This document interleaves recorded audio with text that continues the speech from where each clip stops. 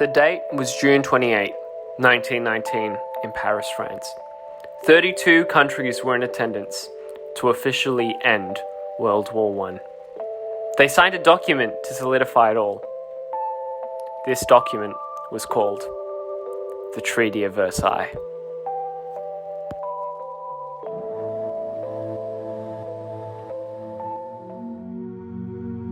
The Treaty of Versailles was a legal document put into action to officially end World War I. It held Germany accountable and forced them to pay their dues.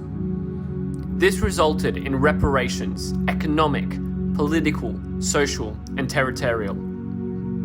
The driving forces of this document were Italy, the United Kingdom, and the United States of America.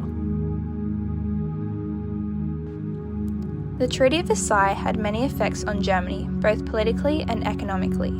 According to Source 1, it had made many Germans feel as though the treaty was targeting them and their community, thus stabbing them in the back, specifically from the Jewish people and socialists, as shown with the Star of David. Politically, the nation already had an unstable government that led many feeling uncared for and left unaccountable for. The Nazi Party used this as their ammunition for their propaganda to enrage people and slowly rise to power in a way that appears natural.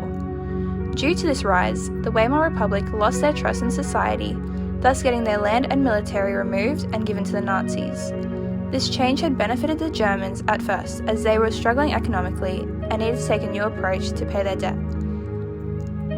The Weimar Republic had attempted to print more money in hopes of paying, but ended up with further issues due to this hyperinflation. The Nazi Party, once in power, stopped this overflow of money and slowly worked through their debt to pay it off.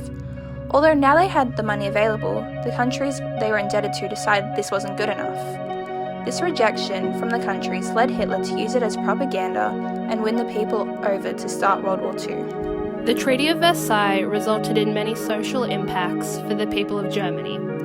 One of the main impacts was that the unemployment rate was high and increasing. People were left on the streets, they were starving, and they were desperate for a solution. This led to the Nazis being able to present a different solution which made them so popular. Hyperinflation caused the gap to widen between the rich and the poor, and there was a very obvious break in the community of who could pay their bills and who could not. The country was wrecked with war guilt because the treaty automatically blamed Germany for the war, and people in the community didn't understand how to deal with that. Their national pride was completely smashed. People felt humiliated as a nation because Germany had been blamed.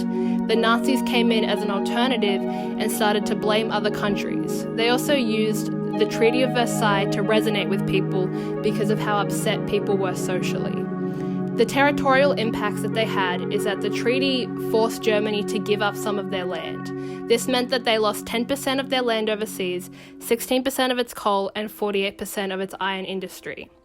In Source 2, it shows little kids playing with a bunch of money. This just shows the hyperinflation that was caused at the time. It also shows socially that people didn't have enough money to buy basic necessities.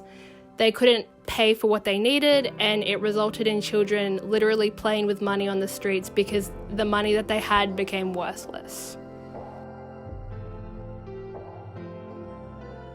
As you can tell by the videos playing in the background, Hitler managed to get thousands of people in support.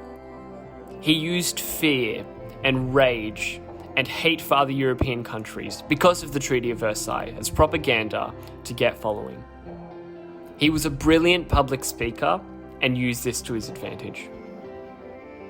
Without the Treaty of Versailles, Hitler wouldn't have had a platform to stand on. The government would have found a way to become more stable, and the hyperinflation, poverty, and sadness caused by the treaty would have never been as high.